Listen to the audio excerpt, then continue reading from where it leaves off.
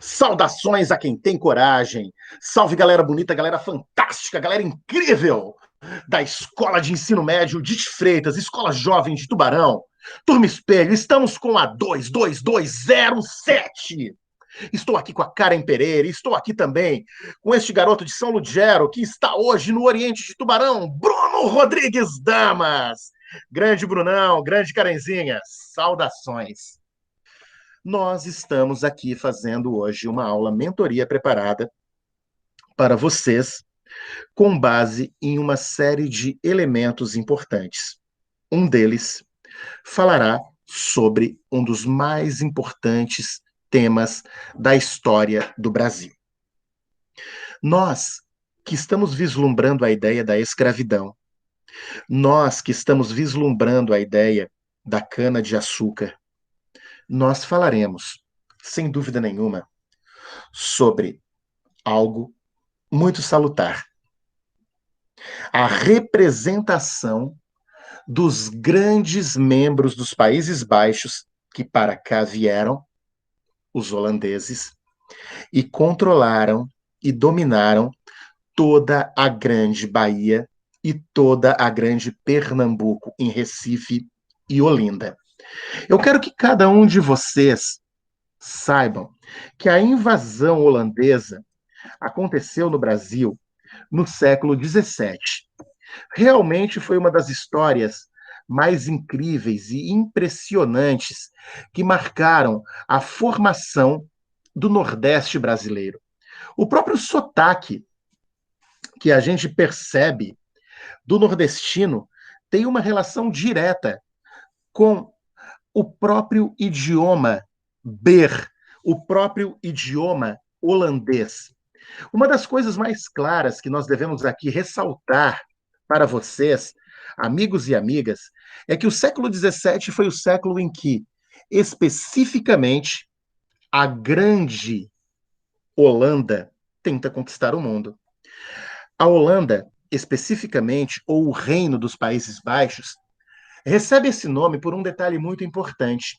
Boa parte do território holandês fica abaixo do nível do mar. É algo que vocês não podem esquecer sobremaneira. Boa parte do território da Holanda fica abaixo do nível do mar. Esta aula mentoria, ela também está sendo dedicada às turmas 201, 202, 203, 204, 205, 206 e também a 208. E também eu dedico esta aula ao segundo ano do ensino médio do Colégio Evolução, em São Lugero, e saúdo todos aqueles que estão no canal assistindo neste momento esta aula que está sendo realizada na véspera do feriado de 21 de abril de 2021. Estamos em plena pandemia, o mundo está realmente em polvorosa e estamos em isolamento social em nossas casas, podendo fazer um trabalho de alto padrão de qualidade. Aqueles que não são inscritos no canal, inscrevam-se, pois semanalmente nós subimos pelo menos 2 vídeos e, ao mesmo tempo, ativem o sininho para que todas as especificações e novidades cheguem até vocês. Eu sou João Batista Monteiro de Souza, professor de História. E vamos agora à invasão holandesa no Brasil. A qualquer um de vocês que está na mentoria e tiver dúvidas, por favor, pause a aula, chame, que vocês serão atendidos. Estamos com Karen Pereira e com Bruno Rodrigues Damas, da Escola Jovem de Tubarão.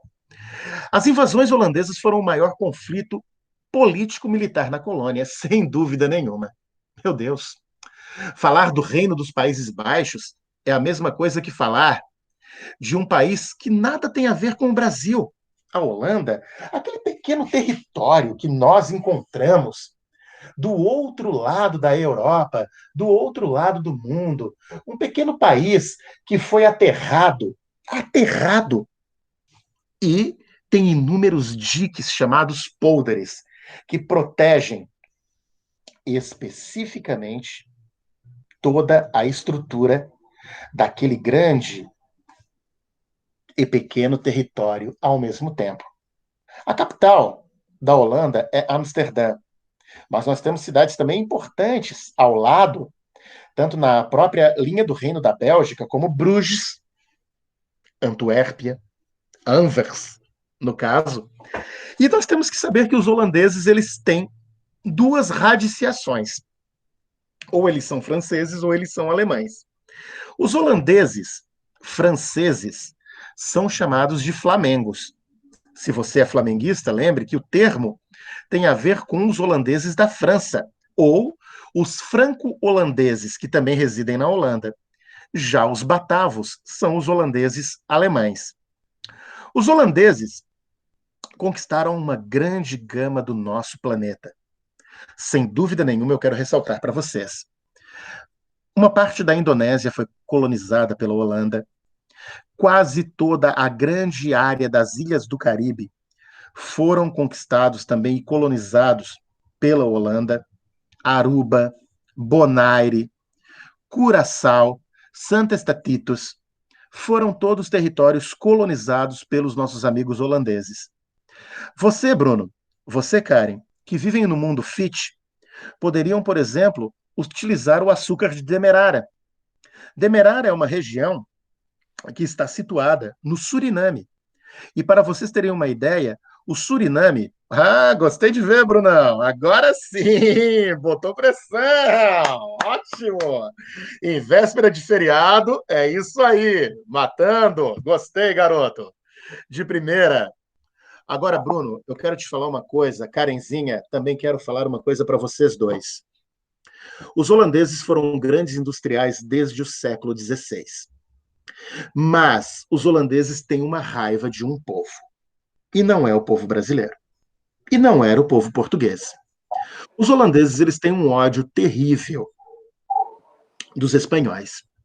Porque os espanhóis eles fazem uma invasão específica à região das Flandres, que é uma região holandesa, na própria área do Reino dos Países Baixos. E esta invasão faz com que uma raiva muito grande se forme contra o povo espanhol. E haveria o momento da revanche. Essas revanches entre povos é muito comum na Europa. Hoje, franceses odeiam alemães, alemães odeiam especificamente povos ingleses, ingleses odeiam franceses. São histórias. Histórias de guerra, histórias estúpidas, histórias muitas vezes que não merecem ser aqui anunciadas ou enunciadas. Por esse motivo, eu quero ressaltar uma coisa para vocês, meus lindos amigos, gente maravilhosa da 207 e de todos os segundos anos e aqueles também que nos assistem no canal. A Holanda, especificamente, ela conseguiu uma chance de revanche justamente quando aconteceu a chamada União Ibérica, que foi o momento em que Portugal e Espanha viraram irmãozinhos, amiguinhos, e quem colonizou o Brasil e quem administrou o Brasil foi, no caso, o Reino da Espanha. Isso fez com que, especificamente, a Espanha tivesse muita influência no litoral brasileiro, numa época em que as capitanias hereditárias não davam muito lucro, numa época que não tinha muita influência, mas Pernambuco, São Vicente e também a região ali de Porto Seguro e Salvador davam um lucrinho bem legal. O pau-brasil já não existia mais. Eles já estavam cultivando cana-de-açúcar em grande quantidade. E o Brasil era a principal área de produção açucareira do planeta e o monopólio da produção de açúcar, o monopólio da produção de açúcar, ele pertencia à coroa portuguesa. Isso é inegável. E com o monopólio pertencendo à coroa portuguesa, eu gostaria de ressaltar para vocês que quem industrializaria ou quem transportaria, não importa. Quem ia lucrar especificamente era Portugal. Na base, ele venderia mais alto, ele sobretaxaria, o que ferraria, obviamente, com quem transportaria ou quem industrializaria. O açúcar ia ficar tão caro quanto quando os árabes trancaram o caminho terrestre para as Índias e promoveram as grandes navegações a partir de Portugal, com a criação da Escola de Sagres e com a tomada de Ceuta em 1415. Ora, o que acontece? Os holandeses chegam em Salvador. Oh, meu Deus, os holandeses chegam em Salvador. E olhem, os holandeses, eles também chegam em Pernambuco. Coisas interessantes aconteceram. Imaginem, a Holanda domina a África do Sul, a Holanda domina a Indonésia, a Holanda domina o Ceilão. Eu não sei o que é o Ceilão, professor João. Também, cara, tu não tem como saber, brother. Tu não estava lá naquela época. Agora eu digo para ti, o Ceilão é o Sri Lanka. Ah, a Indonésia era uma região totalmente holandesa. Era a Companhia das Índias Orientais.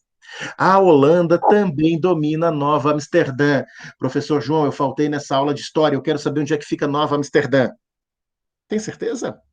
Tá afim? Bora! Eu vou levar vocês para Nova York. Sim, eles tinham uma colônia em nos Estados Unidos. Ah, também o Suriname e as Ilhas do Caribe. Uma coisa é certa, tá?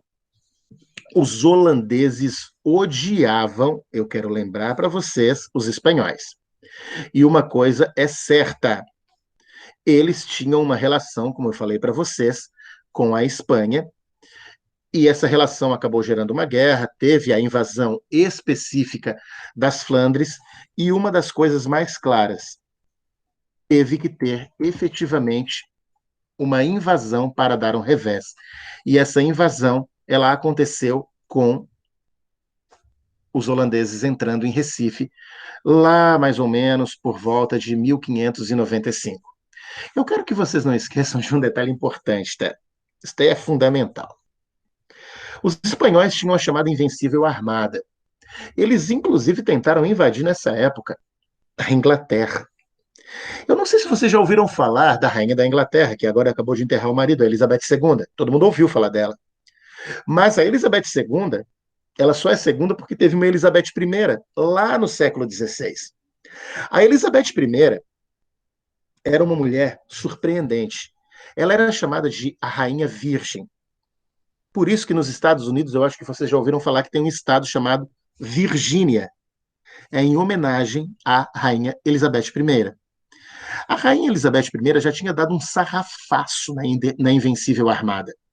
Ela tinha botado a Invencível Armada Espanhola para correr. Os holandeses perceberam, opa, se os britânicos conseguem, nós também conseguimos. O Brasil estava sendo administrado pela Espanha, então a Holanda chegou no Brasil. Chegou especificamente em Recife e chegou também em Salvador. É o momento em que os cães resolvem, então, atacar. Não, essa foi boa, mas está valendo, então. Dando continuidade, então, à nossa brincadeira, eu quero que vocês aqui compreendam uma coisa surpreendente e importante. Salvador, em 1624, vai ser invadido pelos holandeses. Uma coisa é certa, em 10 de maio de 1624, uma expedição de 26 navios transportando mais ou menos 1.700 homens, sob comando do almirante Jacob Willekes, ataca e conquista Salvador. Uma coisa é certa, os habitantes fugiram para o interior. Diogo de Mendonça Furtado, o governador-geral, ficou entrincheirado no palácio. E um detalhe, mas ele foi preso e foi enviado como prisioneiro para os Países Baixos. Lá por volta de 1625, a Espanha envia reforços e eles conseguem, obviamente, tomar conta de Salvador. Esse é um ponto interessante. Mas não esqueçam, entre 1624 e 1625, a Bahia foi conquistada pelos nossos amigos holandeses. Mas vamos ao que interessa, né? De 1630 a 1654, a cidade de Recife e a cidade de Olinda foram invadidas. Olha, eu adoro falar muito sobre isso daí, porque a gente vai falar agora de Domingos Fernandes Calabar, que para nós é um traíra, mas para outros é um herói. Nós vamos falar da grande invasão, porque Pernambuco era a área mais rica do Brasil. Pernambuco é a mais europeia das capitanias do Nordeste. Eu quero lembrar isso para vocês de maneira muito clara. E Pernambuco é um grande produtor de açúcar. Então, em fevereiro de 1630, o grande Hendrik Lonck ele conquista Olinda e depois Recife. Os invasores foram reforçados por um efetivo de mais de 6.000 homens que foram enviados da Europa para assegurar a conquista.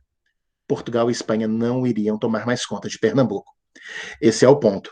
Uma coisa é certa.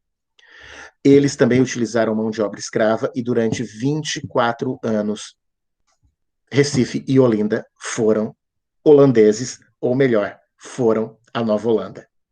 E o cara que conquistou, dominou e controlou depois do Hendrik Lonck foi o administrador, foi o advogado, foi o grande Johannes Maurice de Nassau, ou João Maurício de Nassau.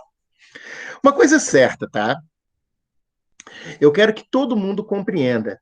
Houve muita luta para expulsar os holandeses e eles realmente foram expulsos. Mas uma coisa clara aconteceu.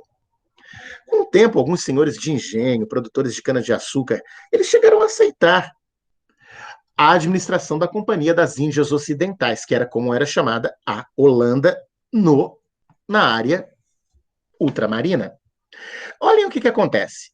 Eles sabiam que eles tinham grana e, consequentemente, essa grana ia ser injetada em forma de capital. Ora, o que aconteceu? Teve um cara que tinha sangue português e sangue índio, ou seja, um caboclo miscigenado, ou seja, um mameluco. O nome dele era Domingos Fernandes Calabar.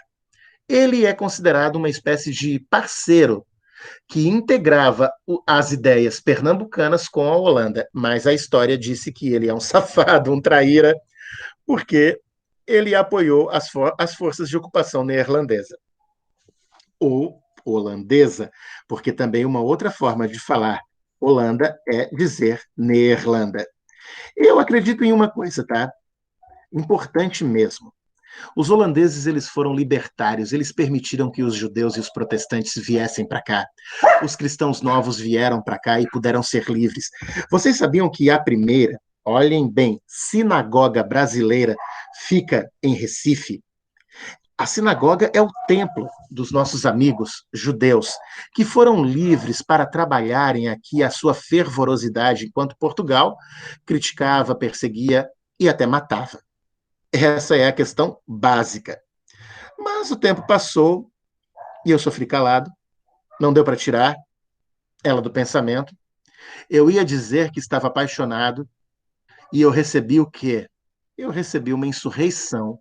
A Holanda não era mais amiguinha. Pernambuco quis realmente tirar os holandeses do Brasil, do território português, da América Portuguesa. Olha, isso foi complicado, tá? Teve uma insurreição, a insurreição pernambucana. Também ela foi conhecida como Guerra da Luz Divina. E eu quero dizer para vocês que isso expulsou os holandeses do Brasil. E a gente, às vezes, não valoriza muito a figura dos escravos e dos índios, mas foi o índio Felipe Camarão e foi também o negro Henrique Dias, junto com senhores de engenho como André Vidal Negreiros, João Fernandes Vieira, que conseguiram fazer a restauração portuguesa na região de Pernambuco.